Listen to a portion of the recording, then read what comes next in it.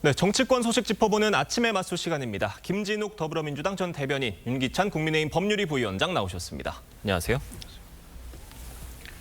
검찰의 대장동 항소 포기로 인한 후폭풍 계속되고 있습니다. 국민의힘은 대검과 법무부를 잇따라 찾아 규탄 대회를 열었는데 영상으로 보겠습니다. 오만석 도망갔습니까? 직무유기, 직권남용, 항소 포기 규탄한다. 이 모든 것은 이재명 때문입니다. 국정조사와 특검을 통해서 이재명을 탄핵해야 합니다. 대장동 범죄일당의 든든한 담벼락, 그가 바로 정성호 법무부 장관입니다. 신중하게 잘 판단하라는 그 한마디, 이것이 바로 협박이고 이것이 바로 외압이 아니겠습니까?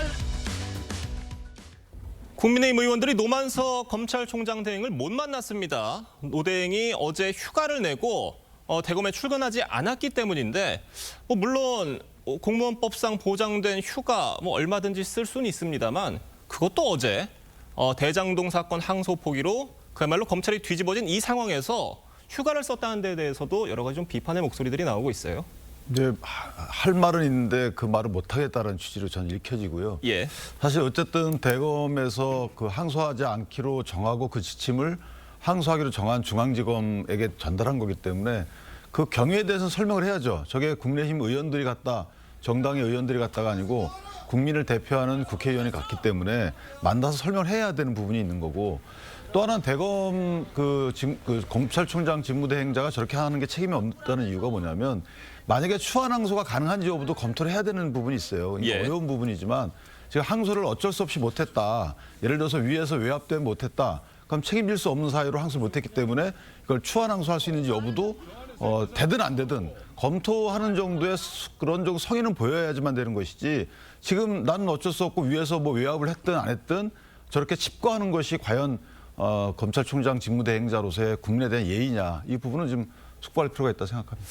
지금 노만석 대행이 항소 포기 결정 전에 법무부 이진수 차관과 통화를 했고, 이 차관이 몇 개의 선택지를 제시하면서 그 내용에 항소 포기를 압박했다는 취지의 내용이 담겨 있다, 이런 발언을 노 대행이 했습니다.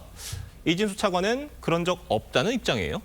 그러니까 지금 이진수 법무부 차관과 노만석 권한대행의 지금 입장이 너무나 또 차이가 나기 때문에 이것들 가지고 사실 규명 또는 서로 떠넘기기 이런 식으로 가는 것은 바람직한 상황은 아닌 것 같고요. 그 정성호 법무부 장관이나 이진수 법무부 차관이 노만석 대행에게 얘기했다라는 것은 이거 신중하게 판단해야 할 필요는 있는 사안이다 정도까지였고, 최종적인 결정에 대해서 노만석 대행이 내가 여러 가지 상황들을 고려해서 판단했다, 최종 결정은 내가 했다라고 본인이 스스로 최초의 입장을 밝히지 않았습니까? 저는 그렇다면 노만석 대행이 어제 이렇게 휴가를 내서 피하는 이런 식의 비겁한 모습을 보이기보다는 당당하게 왜 당신이 그 당시에 그런 최종적인 결정을 내릴 수밖에 없었는지를 얘기하면 될 것이다, 그렇게 봅니다. 오늘이라도 이제 출근을 하시게 되면 당연히 그런 부분에 대한 또 언론의 또 질문이 있을 테니까요. 그 부분에 대해서는 답변을 해야 된다고 보고, 다만 이번에 이 항소를 했을 때의 실익이 별로 크지 않다, 실익이 없다라는 판단을 최종적으로 권한대행도 했다면 그 부분에 대해서 왜 그런 판단을 했는지, 그런 법리적인 부분까지 같이 입장을 좀 밝혀주는 것이 당당한 모습이다, 이렇게 보고 있습니다.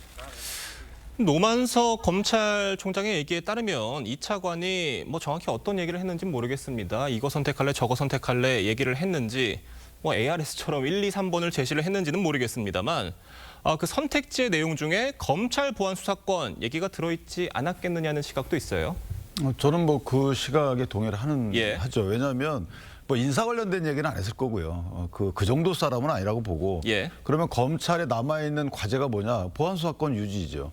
실제 이제 검찰청 폐지 관련된 건 법안이 통과됐기 때문에 되돌리기는 어렵다는 것이고, 또 민주당이 양보하기도 어렵고, 그러니까 검찰 조직의 검찰 보안 수사 이 관련된 권리 보존 이 정도가 얘기했을 텐데, 이건 당근이라고 볼 수 있는 거죠.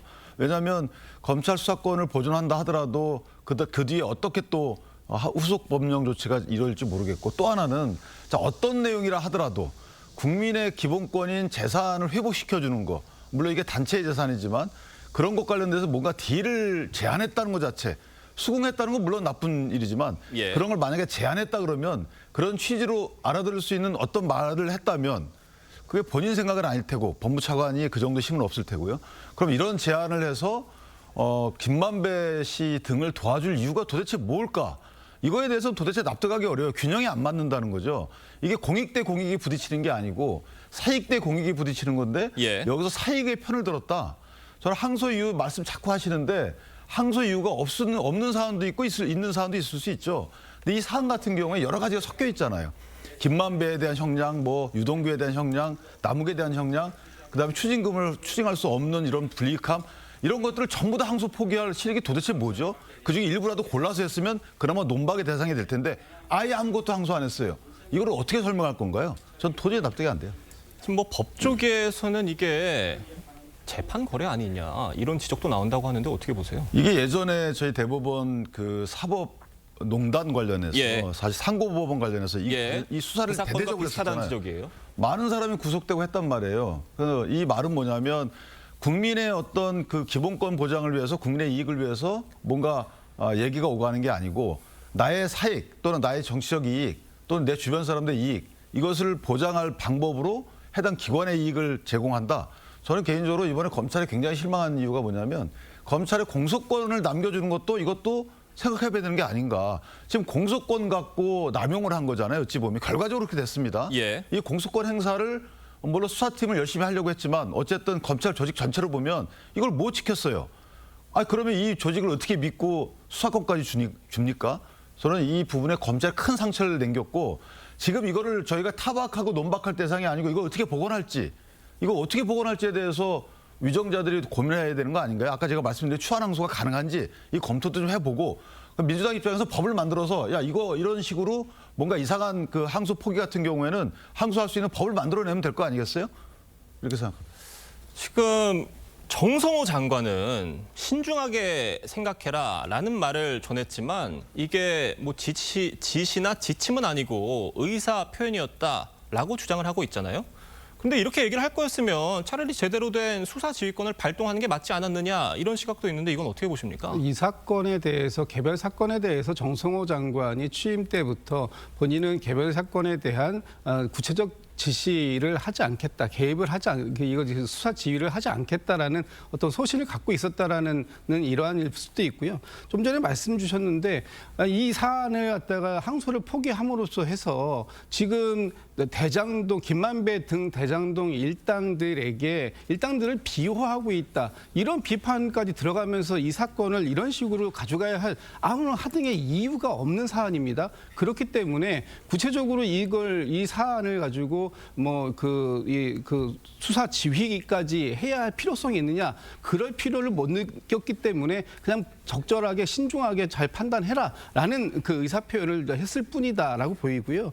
지금 그 보안 수사권 가지고 계속 거래했다 이런 식으로 말씀 주시는데 실질적으로 법무부가 이 검찰에게 보안 수사권을 줄 것인가 말 것인가에 대한 그 결정을 할 권한 자체가 없습니다. 지금 총리실에서 검찰개혁 TF가 앞으로 이 검찰이 그 중수청과 공소청으로 나누었을 때 예. 어떤 역할을 담당하게 될지에 대해서 지금 논의를 하고 있고요. 그리고 그 최종적인 결과는 국회에서 다시 입법을 통해서 하게 되어 있습니다. 그런데 법무부 장관이 당신들에게 보안 수사권을 줄 테니 이 사건에 대해서 항소하지 마라 이렇게 얘기할 만한 아등의 그런 당근책이 될 수 없음에도 불구하고 마치 이것이 거래가 있는 것처럼 말씀 주시는 것들은 너무나 과도한 그 지금 상황을 논의하고 있다. 지금 너무 선을 넘고 있다 이런 말씀을 좀 드릴 수밖에 근데 없습니다. 저는 이해가 안 되는 게 정성호 법무장관도 보고는 다 받았다는 건 인정을 하잖아요. 예. 당연히 보고가 되죠. 이건 대통령실까지 보고가 됩니다. 그러면 자 검찰의 자체 판단이라고 쳐요. 검찰이 자체 판단해가지고 이런 사안을 항소 안 하기로 했어요. 그럼 법무부하고 대통령실은 뭐 해야 되나요? 항소하라고 해야 되는 거 아니겠어요? 항소하라는 수사 지휘를 해야 되는 거고 대통령실은 야 이거 항소해야 되는데 공이 걸렸는데 추징을 끝까지 이어가야 되는데 오히려 항소를 최근해야 될 곳에서 저런 식의 반응을 한다는 거 저거 있을 수 없는 거 아닌가요? 저는 개인적으로 정성호 장관이 억울하다고 쳐요. 예. 나는 관여 안 했어. 나는 수사지휘하지 않았고 항소 포기에 내가 관여하지 않았어. 항소하라고 했어야죠. 그래서 보고하는 거 아니겠어요? 검찰 사무 중에 보고하는 이유가 뭡니까? 뭔가 바로잡으려고 보고하는 거잖아요. 대통령실도 민정수석실을 통해서 보고가 됐으면 이거 대통령이 알았든 몰랐든 간에 이건 문제가 있으니까 항소하라고 좀 해주세요. 라고 법무장관에게 얘기를 해야 되는 거고 법무장관은 그 본인의 권한을 통해서 항소하라는 지휘권 발동을 했어야 되는 거죠. 근데 지금 와가지고 오히려 이걸 잘했다고 잘 됐다고 이거를 평가를 하고 있다. 그래서 잘했다고 평가한다는 건 뭐죠? 항소 포기가 잘했다는 거잖아요. 그러면 우리가 오해할 수밖에 없는 거죠. 이건 어떻게 보십니까? 지금 민주당은 이번 사태를 친윤 검사들의 항명이다 이렇게 규정을 하고 있는데 지금 노대행 사퇴를 요구하고 나선 검사장 25명이었는데 이 중에 16명이 이재명 정부 출범 이후에 검사장으로 승진을 했다고 합니다. 그렇게 되면 이재명 정부에서 친윤 검사 상당수를 승진시켜준 게 되는 거예요.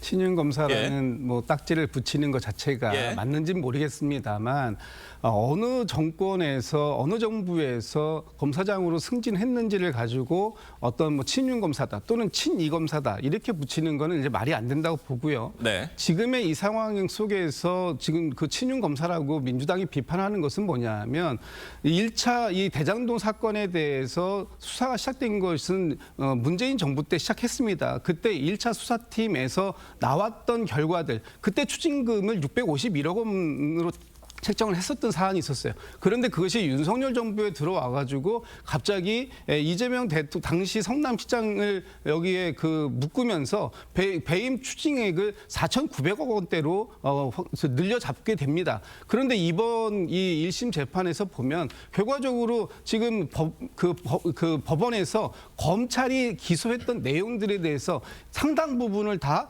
털어준 거 아닙니까? 그럼 법원을 뭐라고 해야 될 부분이에요. 두 번째는 그 기소를 그대로 공소를 유지해내지 못한 지금 검찰들도 큰 잘못이 있는 겁니다. 그래서 본인들의 기소 능력을 잘못해 유지해내지 못한 능력에 대한 부족을 왜 지금 이 항소 포기에 대해서 이렇게 그 집단 항명처럼 이렇게 하는지를 잘 모르겠다는 말씀드리고 지금 이런 결기를 언제부터 그 검찰이 보여줬어야 되느냐 하면 다시 말씀드립니다만 윤석열 전 대통령의 구속영장의 구속이 취소됐을 때 그때도 이러한 똑같은 결기를 보였다면 검찰 할 말 하는 조직이고 그리고 검찰은 상당히 독립적인 기관이다라고 얘기할 텐데 그렇지 못하고 이렇게 선택적으로 분노하는 모습들만 보이기 때문에 이건 친윤 검사와 같은 행동을 하고 있는 것이다. 이런 비판에 직면하고 있는 것입니다. 지금의 반발도 결기는 결기라고 보시는 거예요? 이런 결기, 이것도 결기라고 할 수 있을지 모르겠습니다만 이런 결기는 진작에 나왔어야 됐다. 그리고 윤석열 정부에서 이 힘이 있는 정부가 있을 때 더 했어야 됐다. 김건희 씨에 대해서 왜 그 불기소 처분할 때 아무 말도 못했습니까? 핸드폰 다 반납하고 들어가가지고 조사할 때 왜 아무 말도 못했습니까? 이런 부분들 때문에 지금의 검찰이 정말로 국민을 위한 검찰인가 아니면 권력기관에 무릎을 꿇는 검찰인가 이런 비판을 받고 있다. 이런 부분들에 대해서 스스로 자성의 목소리가 나와야 될 또 부족한 시점이다. 이런 말씀을 드리고 싶습니다. 알겠습니다. 자, 야당은 이재명 대통령에 대한 탄핵까지 거론하면서 총공세에 나선 모습입니다. 대통령실 개입 의혹에 대해서 우상호 정무수석이 입장을 밝혔는데 직접 들어보겠습니다. 항의하기 전에 1심에서 무죄 받은 거에 대해서 먼저 반성해야 되는 거 아니에요? 우리가 그 사람들에게 도움이 될 만한 정치 기획을 왜 합니까? 이 재판에 왜 개입을 해요? 이 이슈가 커질수록 정권에 부담이 된다는 사실을 제가 왜 모르겠습니까? 정무수석인데. 근데 이제 좀 억울한 측면들을 제가 항변한 거고. 어떤 주요 국면마다 우상호 정무수석이 나서서 의혹의 확산을 좀 차단하는 모습이 반복되는 것 같은데 이번에도 우 수석이 나서서 어떤 대통령실 개입 의혹에 대해서 좀 선을 긋는 발언들을 했습니다. 어떻게 들으셨습니까? 저 우상호 수석이 하는 그 화자는 일반 국민들이 아니고 뭔가 이 일에 관련된 사람을 향한 말일 수도 있어요. 예. 그러니까 그들이라고 표현한 그 대명사의 그 사람은 김만배 대장동 일당이잖아요. 예. 그 말이 맞는 얘기죠. 그런데 그걸 지금 진행이 됐잖아요. 어쨌든. 그리고 검찰 자체 판단이 아닌 건 일단 드러났어요. 누가 어떤 지시를 했는지는 또 어떤 얘기로 압력을 가했는지는 아직 안 드러났지만 검찰 자체 판단 아닌 것처럼 이미 그거는 사실로 거의 드러나 있는 상태. 그러면 누가 이걸 했는지 몰라도 이거 이익 보는 사람 보면 알 수 있어요. 만약에 대통령 입장에서 보면 간접적 이익은 봅니다. 항소 포기로. 나중에 법령 적용 관련돼서 간접적 이익을 봐요. 그다음에 대장동 김만배는 돈을 지켜요. 그다음에 정무적 어떤 판단, 정무적 이익은 대통령이 마이너스가 되겠죠. 자, 돈과 정무적 이익과 그다음에 사법적 리스크 3개 중에 두 개는 이득 보는 사람도 있는 거예요. 김만배와 대통령의 사법적 리스크를 어느 정도 해칭할 수 있는. 예. 그러면 정무적 이익과 정무적 이익을 마이너스 된다고 해서 이 2개 때문에 지시하지 않을 이익이 반드시 있다 없다 판단할 수 있나요? 그러니까 저거는 정무적 이익까지 가져가려는 우상호 정무수석의 이건 너무 큰 어떻게 보면 욕심이다. 아니 그거에 대해서 인정을 해야죠. 제가 아까 말씀드렸잖아요. 대통령이 아무 관련 없다? 관련 있죠. 왜 관련이냐? 저 재판받는 거 이거 있는 것 때문에 관련이 있다는 게 아니고 이 사안 자체만 놓고 보더라도 대통령께서는 이거 말씀하셨어야 되는 거예요. 보고받았으면 야 이거 항소해야 된다. 아니 이 정도 대통령이 말씀하셔야 되는 거 아니겠어요? 예. 7천억 원, 6천억 원 정도의 수익을 못하게 되는 그런 결과 있는 1심 판결에 대해서 항소 안 한다고 검찰 입장이 전해졌다고 쳐요. 그걸 그냥 계십니까? 당연히 이거 항소해야 된다고 얘기를 해야 되겠죠. 법무장관한테. 그 자체만 갖고도 이건 대통령이 책임이 있는 거죠. 대통령실 정무수석이 진화에 나선 모습 저희가 어떻게 받아들여야 되겠습니까? 뭐 대통령실에서는 지금 이 항소 포기, 항소를 자제한 이 부분에 대해서 공식적인 입장을 갖고 있지 않다라는 것이 이제 공식적인 입장이고요. 다만 그럼에도 불구하고 지금 대통령실에 대한 과도한 공격, 특히 야당의 장동혁 대표 같은 경우는 어제 대통령의 호칭도 붙이지 않고 이재명을 뭐 끌어내려야 된다 이렇게 지금 발언까지 하는 그런 아주 위험한 수준의 발언까지 나오고 있습니다. 이런 상황 속에서 당정 간에 또는 국회의 업무를 총괄하고 있는 우상호 수석이 이 정도의 발언은 당연히 해줘야 된다고 보고요. 우상호 수석이 이걸 진화하려고 나온 것이 아니라 좀 전에 얘기했습니다만 이 지금 1심에서 검사들이 기소한 내용을 법원에서 일부 무죄를 만들어줬다고 한다면 첫 번째는 그 기소를 유지해내지 못한 그래서 수사를 부실하게 했던 아니면은 그 증거들을 제척당하게 만들었던 이런 부분들에 대한 검사들의 그 책임이 1차적 책임이고요. 다음은 이 판단을 한 그 법원이 2차적인 책임이 있는 겁니다. 그런데 마치 이것에 대해서 항소하지 않았던 이런 부분들에 대해서 법무부 장관이 책임이 있다 또는 그걸 넘어서서 이재명 대통령이 책임이 있다 이런 식으로 지금 계속해서 정치 공세를 이어가기 때문에 그런 과도한 정치 공세에 대해서는 우상호 정무수석이 바로 맥을 짚어서 이 부분을 지적한 것이다 이렇게 보고 있습니다. 근데 이게 이게 항소라는 게 그래서 항소하는 거잖아요. 그래서 뭔가 미진한 심리가 있었던 것 같고 검찰도 이게 수사가 잘못된 건지 법원의 판단이 잘못된 건지 그 따지기 위해서 항소를 해야 되는 거잖아요. 근데 항소를 못하게 해놓고 못하는데 관여가 돼놓고 그 판단을 한 법원과 검찰을 비난한다? 너무 웃기지 않아요. 이거 이렇게 하면 안 되는 거죠. 이게 사실 너무 아무리 진영에 따라서 사안 판단의 관점이 다르다 하더라도 이거 글쎄요 이렇게까지 저희가 평가를 해야 되나요? 예, 결국 의혹의 핵심은 이겁니다. 대검 그리고 중앙지검 왜 항소하지 않았는가? 항소하지 않은 결정이 노만석 검찰총장 대행의 정말 독단적인 결정인가? 외압은 없었는가? 이런 의문들인데 사실관계들은 하나하나씩 드러나고 있습니다. 앞으로 이 사실들이 어디를 가리키는지 저희가 잘 지켜보도록 하겠습니다. 자, 다음 소식 짚어보겠습니다. 정부가 49개에 달하는 중앙행정기관 전체를 대상으로 이른바 내란 가담자 색출에 나서기로 했습니다. 김민석 총리의 TF 설치 제안을 이 대통령이 수용하면서 본격화됐는데 직접 들어보겠습니다. 헌법 존중 정부 혁신 TF를 정부 내에 구성했으면 좋겠다는 제안을 드립니다. 12.3 비상계엄 등 내란에 참여하거나 협조한 공직자를 대상으로 신속한 내부 조사를 거쳐서 합당한 인사 조치를 할 수 있는 근거를 확보하는 것을 임무로 하려고 합니다. 당연히 해야 될 일 같아요. 어쨌든 이게 내란에 관한 문제는 관여 정도에 따라서 이제 형사 처벌을 할 사안도 있겠고 또는 행정 책임을 물을 사안도 있고 특검에 의존할 게 아니고 독자적으로 해야 될 일 같아요. 그런데 이게 이렇게 중요한 문제였으면 지금 이재명 정권 출범한 지 5개월이 넘은 상황인데 뭐 시작 출범과 동시에 하지 않고 이제서야 하는 이유에 대해서는 좀 의문이 있을 것 같아요. 저는 좀 늦었다고 보는데요. 늦었다. 예, 사실 진작에 했어야 될 일은 맞습니다. 그런데 이재명 정부가 인수위도 없이 출범하고 그래서 지금 이제 5개월 들어서서 이제 정상적으로 정부가 작동되는 그런 단계에 있기 때문에 이런 부분들에 대해서도 해야 되는 부분이 있는 것이고요. 특히 내란에 가담했던 사람들이 있다면 그런 사람들에게 지금 이 정부의 운영에 직접적으로 참여할 수 있는 기회를 주는 것이 정말 맞는 겁니까? 가담했다면 그 부분에 대해서는 당연히 책임을 물어야 된다라는 것이고요. 지금 이 49개의 정부 기관을 대상으로 한다라고 하지만 예. 실질적으로 한 12개 정도의 기관이 아마 집중적으로 얘기가 될 것 같습니다. 또 그 기관의 장들은 일부는 지금 구속 기소되어 있는 내란 중요 임무 혐의를 받고 있는 사람들도 있기 때문에 당시에 이것을 사전에 모의하거나 또는 실행했거나 또는 사후에 이걸 정당화하거나 아니면 어떤 증거나 자료들을 은폐하려고 했다라는 상황들이 있다면 이 부분에 대해서는 당연히 책임을 물어야 된다는 것이고요. 이런 책임을 묻는 걸 통해서 공직사회의 신뢰를 회복하고 앞으로 다시는 헌정 질서를 흔드는 그런 내란을 획책하는 일은 반드시 막아내겠다라는 정부의 의지도 함께 표현하는 것이 필요한 시점이다라고 보고 굉장히 한시적으로 이것을 내년 1월 말까지 한 2달 정도에 끝내겠다고 하니까요. 이 기간 동안에 과거에 있었던 일들에 대해서 분명하게 정리할 것은 정리하고 가야 된다. 이런 것이 아마 정부의 입장인 것 같습니다. 자, 이 해당 TF는 계엄 전후 10개월 동안의 공무원들의 행적을 낱낱이 뒤져보겠다 이런 계획입니다. 업무용 PC 열람은 물론이고요. 개인 휴대전화도 대상입니다. 자발적 제출을 유도한다고 하는데 이걸 협조를 하지 않으면 징계도 고려한다. 살벌합니다. 어떻게 보십니까? 징계도 고려하고 인사에 반영하겠다라는 취지이기 때문에 저건 임의 제출이 아니죠. 저 사실 빼앗는 거예요. 압수하고 비슷합니다. 압수입니까? 예. 전 초법적인 것이고 총리께서는 분명한 입장을 밝혀야 돼.